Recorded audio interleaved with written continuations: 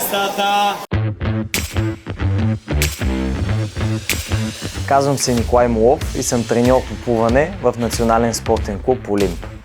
Развивам плуване за здраве, плуване за възрастни и подбор на млади таланти, които по-късно да се развият и да се присъединят към отбора със състезатели. Най-важните умения, които искам да придобият моите пловци са: на първо място усвояване на правилен технически стил и усещане на комфорт във водната среда. А това са умения, които остават за цял живот.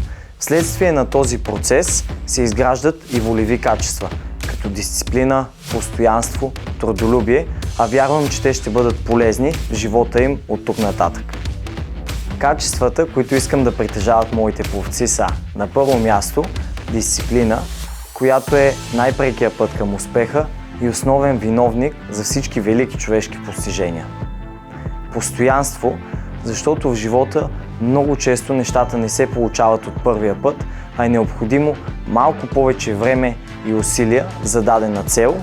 И инициатива, защото инициативният човек е отговорен. Той се бори не само за лични каузи, а и за обществени такива.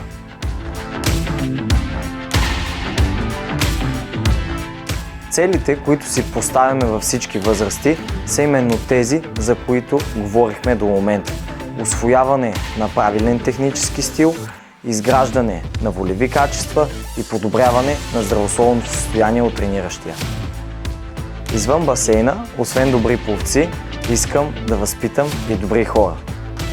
Да работиш в Национален спортен клуб Олимп е страхотно. Тук срещнах приятели, съмишленици, разбиране, подкрепа и възможност да израсна. Тук всеки един член от екипа е важен за изграждане на цялостната картинка.